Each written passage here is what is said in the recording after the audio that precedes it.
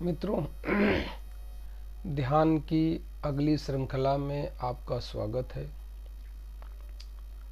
आज हम चर्चा करेंगे ध्यान हम करते क्यों नहीं हैं, या करना तो चाहते हैं मगर वास्तविक जीवन में ध्यान प्रयोगात्मक रूप से क्यों नहीं कर पाते हैं।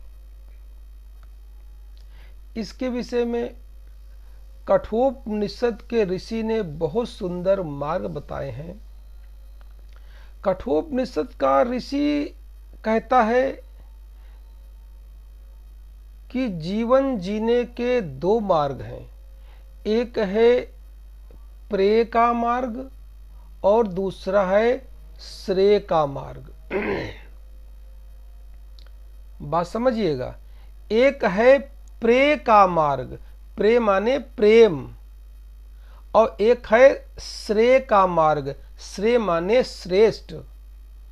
एक है प्रेय का मार्ग, प्रेय का मार्ग माने प्रिय लगने वाला मार्ग, और एक है श्रेय का मार्ग, श्रेय का मार्ग माने श्रेष्ठ मार्ग, ऊंचा मार्ग। दो मार्ग हुए, प्रेय का मार्ग और श्रेय का मार्ग, मगर इन दोनों में बिल्कुल आपस में विरोधाभास है। जो प्रेय का मार्ग है, जो प्रिय लगने वाला मार्ग है आपको, वो श्रेष्ठ नहीं हो सकता। जो आपको अच्छा लगता है वो आगे चल के अच्छा हो नहीं सकता। ठीक है, यानी प्रेय का मार्ग कभी श्रेष्ठ नहीं हो सकता। अब दूसरा चलिए, दूसरा है श्रेय का मार्ग। श्रेय का मार्ग आपको अच्छा लग नहीं सकता, वो प्रिय हो नहीं सकता। श्रेय का मार्ग, जो मार्ग श्रेष्ठ है, वो आपको प्रिय यानी अच्छा नहीं लग सकता प्रारंभिक दशा में। दूरगामी परिणाम उसके अलग होंगे। दूरगामी जो परिणाम होंगे, वो जो प्रेय का मार्ग है आपको प्रिय लगता है, उसके दूरगामी परिणाम होंगे कि उसमें आपको कष्ट मिलेगा, दुख मिलेगा, चिंताएं मिलेंगी, डिप्रेशन मिलेगा। प्रेय के मार्ग में जो आपको अभी तत्काल वर्तमान समय में प्रिय लग रहा है, और जो श्रेय का मार्ग है, जो श्रेष्ठ का मार्ग है, वो प्रारंभ में आपको प्रिय नहीं लगेगा, मगर आगे चल करके लंबे टाइम पीरियड के बाद वो श्रेष्ठ होगा। श्रेय का मार्ग, श्रेय माने श्रेष्ठ, वो श्रेष्ठ होगा, अच्छा होगा, आनंद आएगा, धन अच्छा इकट्ठा करेंगे, मेहनत परिश्रम से जितनी भी कर लेंगे आगे चल के धन अच्छा इकट्ठा होगा, सुख अच्छा मिलेगा, आनंद अच्छा मिलेगा। ये किसमें? श्रेय के मार्ग में। यानी श्रेय के मार्ग का जो दूरगामी परिणाम है वो श्रेष्ठ होगा। एक बार फिर से कहूंगा, एक है प्रेय का मार्ग, दूसरा है श्रेय का मार्ग। प्रेय का मार्ग प्रिय लगेगा, अच्छा लगेगा, मगर दूरगामी परिणाम श्रेष्ठ यानी अच्छे नहीं होंगे। दूसरा मार्ग है श्रेय का मार्ग, जो प्रारंभ में तो अप्रिय नहीं लगेगा, अच्छा नहीं लगेगा, मगर दूरगामी परिणाम जो होंगे उसके श्रेष्ठ होंगे। अब आप समझ गए होंगे।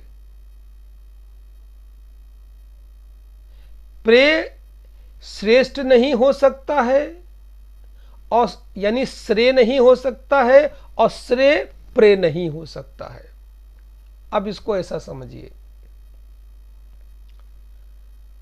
ध्यान करने का तो बहुत मन करता है, बहुत इच्छा करती है, इतना प्रवचन सुन लेते हैं, शास्त्रों को पढ़ लेते हैं, पढ़ने के बाद ध्यान करने की एक जिज्ञासा जगती है, थोड़ी बहुत कुनकुनी सी। जिनको ध्यान की त्वरा है, जिन पे ध्यान की लपट है, उनकी बात छोड़ करके जो कुनकुने से ध्यान को थोड़ा पढ़ लेते हैं, इधर उधर से करने की इच्छा होती है, तो वो क्या है, वो पहले प्रे का मार्ग चुनते हैं। प्रे का मार्ग माने जो उनकी बिल्कुल व्यवस्था के अनुसार अनुकूल लगे, प्रिय लगे, प्रे के मार्ग से ध्यान को लेकर के चलना चाहते हैं। प्रे के मार्ग माने आराम से फुल भोजन डाइट लेकर के, खाना पीना खा करके आराम से सो गए, और सोने के बाद जब आराम से उठे, यानी जब उनकी नींद खुली, वो 8 बजे उठे, 9 बजे उठे, 10 बजे उठे, जब मन आया तब उठे, और बैठकर अब वो ध्यान करने का विचार करते हैं कि अब हम ध्यान करेंगे। यानी अपने को प्रिय लगने के माध्यम से ध्यान की ओर चलना चाहते हैं। अपने को तो प्रिय लगना क्या होता है, जिसे आप आलस्य कहते हैं। आलस्य से भरा हुआ व्यक्ति ध्यान कभी नहीं कर सकता है। अगर मन में आलस्य भरा है, यानी खा पी लिया, सो लिया, खा लिया पी लिया, एकदम फुल पेट खा लिया, और खाने के बाद आराम से सो के बाद आराम से अपना जो है 7 बजे, 8 बजे, 9 बजे जब उठे, उठने के बाद अब विचार करते हैं कि अब ध्यान करेंगे। यानी अभी तक उनका प्रे का मार्ग था, उनको अच्छा लग रहा था, तो प्रे के मार्ग से चल करके आलस्य से व्यक्ति भर जाता है। यानी प्रे को मार्ग को ही आप आलस्य कह सकते हैं। उससे व्यक्ति भर जाता है, फिर ध्यान नहीं कर सकता है। अब यहीं पे श्रेय का मार्ग है। श्रेय का मार्ग प्रारंभ में तो कष्टकारी होता है, मगर दूरगामी परिणाम उसके अच्छे होते हैं। श्रेय का मार्ग श्रेष्ठ का मार्ग है। श्रेय का मार्ग तपश्चर्या का मार्ग है। श्रेय का मार्ग तपश्चर्या का मार्ग है, और तपश्चर्या में पूर्व में कष्ट सहना पड़ता है, तब जाकर के दूरगामी परिणाम सुखद महसूस होते हैं। तो श्रेय का मार्ग क्या है? श्रेय का मार्ग यह है कि आपको ब्रह्म मुहूर्त में, यानी सूर्योदय से 1-2 घंटे पहले उठना पड़ेगा, बिस्तर त्यागना पड़ेगा, आलस्य छोड़ना पड़ेगा। यह कठिन लगेगा, क्योंकि श्रेय का मार्ग है, प्रारंभ में कठिन होगा। बिस्तर त्यागना पड़ेगा, आलस्य त्यागना पड़ेगा, और जो मन में ये भावना आती है कि ध्यान करेंगे, इतना ज्यादा शास्त्र पढ़ लिया, चिंतन कर लिया, अब कुछ नहीं बचा, केवल ध्यान करने को बचा, और वो भी ध्यान करेंगे। ध्यान करेंगे, अगर ध्यान करेंगे, आपने कह दिया कि ध्यान करेंगे, इसका मतलब आप प्रे के मार्ग में जा रहे हैं। वो ध्यान करेंगे, ये शब्द आपको अच्छा लग रहा है प्रारंभ में, इसके परिणाम दुखद होंगे। यानी क्या? आप कभी नहीं कर पाएंगे। और यही श्रेय का मार्ग जो श्रेष्ठ है, उसमें थोड़ी आपको तपस्या करनी पड़ेगी, थोड़ा कष्ट होगा, क्योंकि प्रातः काल उठना पड़ेगा, आलस्य त्यागना पड़ेगा, स्नान आदि करते हैं तो कम से कम फ्रेश तो होना पड़ेगा, आसन बिछाना पड़ेगा, व्यवस्था करनी पड़ेगी। और प्रातः काल में जब पूरी दुनिया आलस तंद्रा से भरी सो रही होगी, उसमें आपको उठ करके सारी प्रक्रियाएं करनी पड़ेंगी। इसमें तो थोड़ा आलस्य को त्यागना ही पड़ेगा, कष्ट तो होगा ही, मगर ये श्रेय का मार्ग है। इसके जो दूरगामी परिणाम हैं, ये सुखद आएंगे। आप ध्यान के अनुभव से गुजर सकते हैं, आप ध्यान के अनुभव से गुजर सकते हैं। तो आज हम बात करेंगे कि एक भगवान बुद्ध की विधा है आनापान सती और विपश्यना।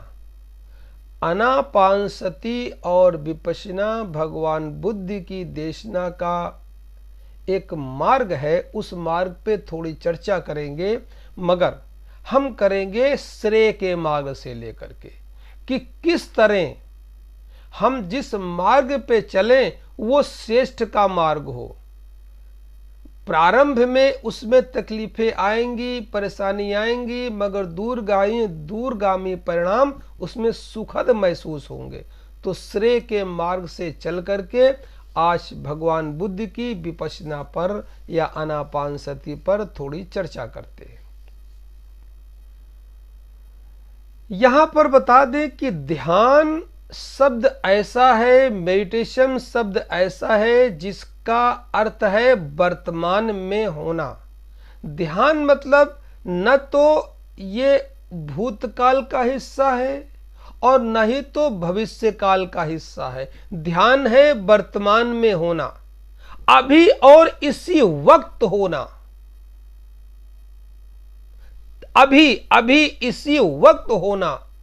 जो आपका होना है वो अभी और इसी वक्त अगर आप ध्यान में हो सकते हैं, यदि आप वर्तमान में हो सकते हैं तो आप ध्यान में हो सकते हैं, और वर्तमान में आप कभी हो नहीं सकते।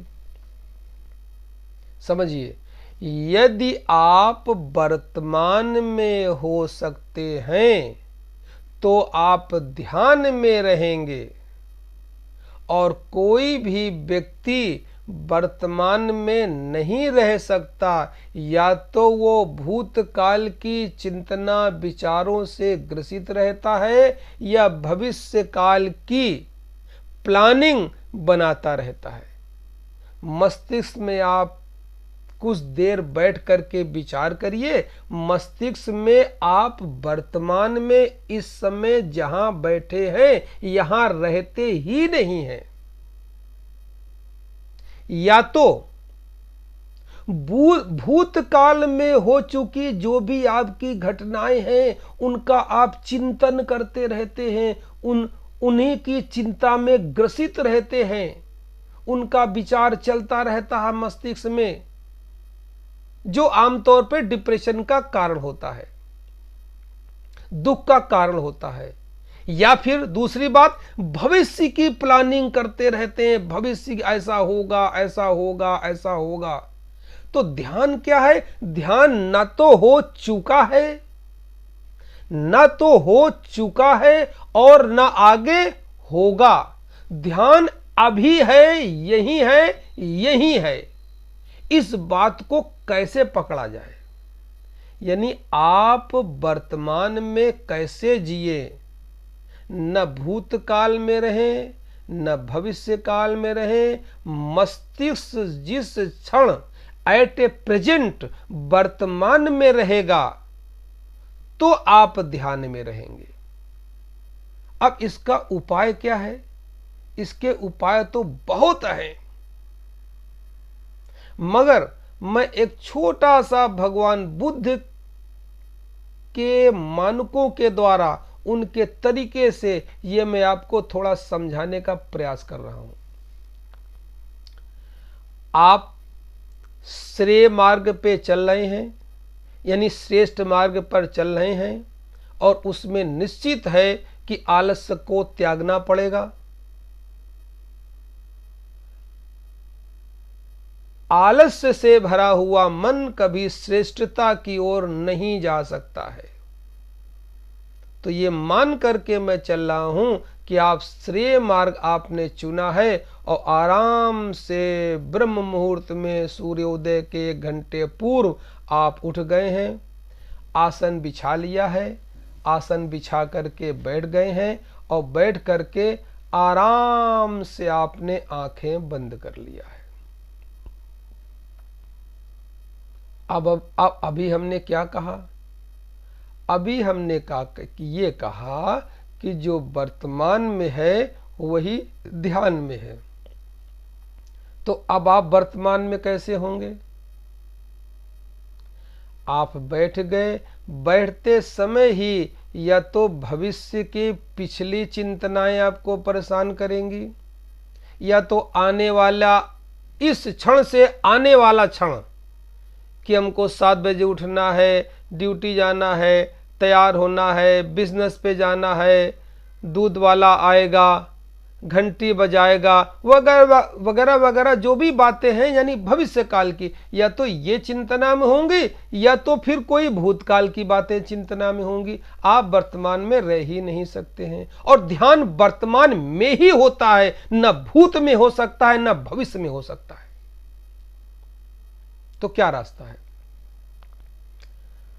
आराम से कम बैठे हुए अपने को वर्तमान में बैठा हुआ महसूस करें। आराम से आंखें बंद कर लें। आराम से आंखें बंद कर लें। अपने को बैठा हुआ वर्तमान में महसूस करें, क्योंकि जो आप शरीर से पालथी मार करके बैठे हैं, न तो ये घटना भूतकाल की है और न ही ये घटना भविष्य काल की है। वर्तमान में आप बैठे हैं, बिल्कुल स्थिर बैठे हैं, कोई हरकत नहीं, बिल्कुल स्थिर बैठे हैं। अपने को सीमित दायरा करके केवल बैठा हुआ महसूस करिए।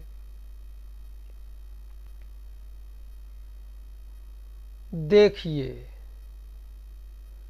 महसूस करिए कि आप बैठे हैं। अपने मन को सिकोड़ करके, कछुए के तरह सिकोड़ करके समस्त इंद्रियों को ले आइए और केवल इतना एहसास करिए कि आप बैठे हैं। आसन लगा है, आसन बिछा है, आसन में आप आराम से वर्तमान में बैठे हैं। आपका बैठना न तो भूतकाल में है न तो भविष्य काल में है, वर्तमान में है। कुछ देर आराम से बैठे हुए अपने को महसूस करें। केवल अपने को महसूस करें, देखें बैठा हुआ, बिल्कुल दृढ़ और मूर्तिवत बैठा हुआ महसूस करें। बिल्कुल दृढ़ और मूर्तिवत बैठा महसूस करें।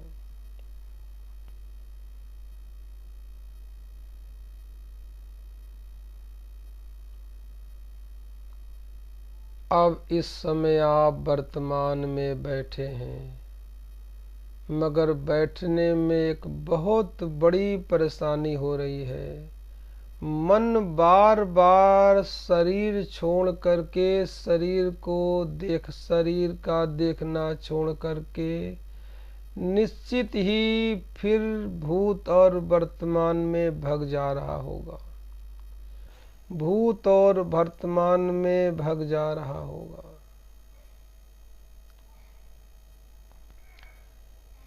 ये कोई कमी और परेशानी वाली बात नहीं है। शरीर तो आप दृढ़ कर लेंगे, शरीर तो मिट्टी का बना है, स्थिर हो जाएगा। मिट्टी स्थिर हो सकती है। थोड़ा शरीर जल से बना है, जल भी स्थिर हो सकता है। तो शरीर तो स्थिर हो सकता है, मगर मन तो चंचल है। चंचलता इसका स्वभाव है। उसको कैसे स्थिर करेंगे, वर्तमान में लाएंगे? उसके लिए भगवान बुद्ध ने एक बहुत सुंदर उपाय दिया है जगत को, कि शरीर शांत हो गया, स्थिर हो गया, वर्तमान में हो गया। अब देखिए, ऐसी कौन सी चीज है वर्तमान में जो मन के साथ मेल खाती है, जिसका तालमेल मन के साथ बैठ जाता है? यानी शरीर में ऐसी कौन चीज है जो चंचल है मन की तरह, वो है श्वास। श्वास आपकी स्थिर नहीं है, वो लगातार आ रही जा रही, आ रही जा रही, आ रही जा रही। और कहाँ से आ रही जा रही? न हाथों से, न पैरों से, न सर से, न कान से, न मुंह से, कहीं से नहीं, नाक से श्वास अंदर जा रही, बाहर आ रही, अंदर जा रही, बाहर आ रही है। यह आपको सोचना नहीं है, ये तो जा ही रही है, केवल अनुभव करना है, वर्तमान में सत्य है। श्वास कभी भूतकाल में नहीं है, अभी ले रहे हैं। श्वास भविष्य में लेंगे ऐसा नहीं है, श्वास अभी ले रहे हैं। और श्वास थोड़ी चंचल है, गतिशील है, आती है जाती है। शरीर को तो स्थिर कर सकते हैं, श्वास को स्थिर नहीं कर सकते। श्वास चंचल है और मन भी चंचल है, दोनों का तालमेल खूब बैठ जाएगा। श्वास भी चंचल है, मन भी चंचल है, शरीर स्थिर है, इसलिए श्वास का और मन का खूब तालमेल बैठ जाएगा। अब आपको वर्तमान में जाने के लिए क्या करना है, यानी वर्तमान में होने के लिए क्या करना है?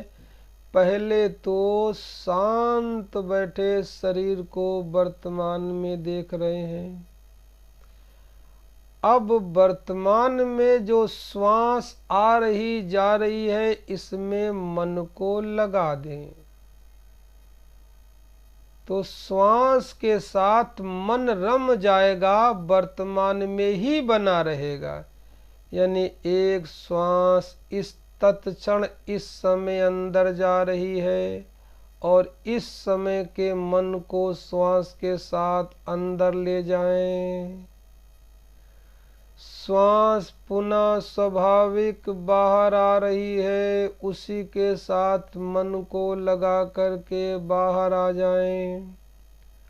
करें कुछ देर। एक सहज रूप से एक काम और कर सकते हैं। अपने मन को यानी भीतरी आँख को आंखें बंद करके नासिका के अग्रभाग पर लगाने का प्रयास करें और मन के साथ जो श्वास अंदर जा रही है तो मन को भी इसी में जोड़ दें, ताकि मन का स्वभाव चंचल है और उसके गुण के अनुसार उसे काम मिल जाए। तो न वो भूतकाल की सोच पाएगा, न भविष्य काल की सोच पाएगा, वर्तमान में रहेगा और धीरे धीरे ध्यान में प्रवेश हो जाएगा। ध्यान है वर्तमान में होना। ये ध्यान नासिका के अग्रभाग पर, ये सहज रूप से श्वास नासिका द्वारों में प्रवेश कर रही है, अंदर जा रही है, वहाँ से वापस आ रही है। सारा का सारा काम वर्तमान में हो रहा है। न तो यहाँ कोई भूतकाल है, न तो यहाँ भविष्य काल है। शरीर वर्तमान में बैठा हुआ है, मन भी वर्तमान की आती जाती श्वास के साथ जुड़ा हुआ है। टोटल प्रेजेंट वर्तमान। कुछ देर श्वास के साथ अंतर यात्रा करें। ध्यान नासिका के अग्रभाग पर। श्वास वायु के रूप में है, जरूर आपको महसूस होगी श्वास अंदर जा रही है। श्वास के साथ मन को अंदर ले जाएं, जहाँ तक श्वास जाए जाने दें। श्वास के साथ मन को बाहर ले आएं, जहाँ तक आए आने दें। लगातार श्वास के साथ सह यात्रा करेंगे और करते करते आप देखेंगे धीरे धीरे आप बिल्कुल वर्तमान में आ गए। और जैसे जैसे आप वर्तमान में जीने लगेंगे, यानी इस क्षण अभी इस काल जो हो रहा है उसके प्रति साक्षी रहेंगे, वर्तमान में रहेंगे, तो एक दूसरा आयाम है जिसे ध्यान कहते हैं, वहाँ धीरे से सरक जाएंगे। क्योंकि प्रयास करके आप ध्यान में कभी नहीं जा सकते। वो जीवन का अवस्था का दूसरा आयाम है। आप केवल वर्तमान में रहें, धीरे से ध्यान की अवस्था में सरक जाएंगे। अब कुछ देर इसका अभ्यास करें। आप जानते हैं कि श्वास अंदर जा रही, आप जानते हैं कि श्वास बाहर आ रही। लगातार श्वास के झूले में इस चंचल मन को फंसा दें और वर्तमान में होने का प्रयास करें।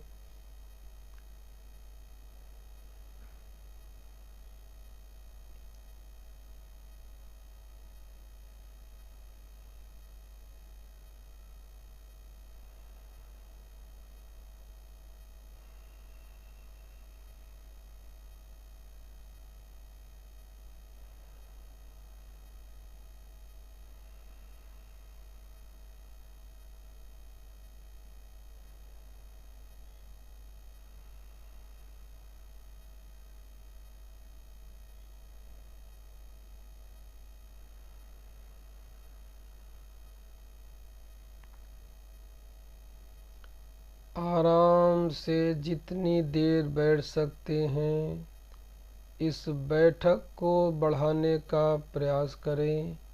प्रारंभ में कम से कम 20 मिनट, 1 महीने बाद 30 मिनट, फिर धीरे धीरे इसको कम से कम 1 घंटे तक ले आएं। मगर ध्यान रखेंगे यह मार्ग श्रेय का मार्ग है, श्रेष्ठ का मार्ग है। इसके दूरगामी परिणाम श्रेष्ठ होंगे। प्रारंभ में तपश्चर्या है। श्रेय के मार्ग में पहले कष्ट मिलता है। प्रातःकाल आलस्य छोड़ करके बैठना पड़ेगा। जब बैठेंगे तो थोड़े पैर दर्द करेंगे, पैर अकड़ेंगे, पैर शून्य होगा, थोड़ा कष्ट महसूस होगा, फिर भी इसको सहन करते रहेंगे। क्योंकि आप जानते हैं कि आप श्रेय के मार्ग पे चल रहे हैं, श्रेष्ठता के मार्ग पर चल रहे हैं।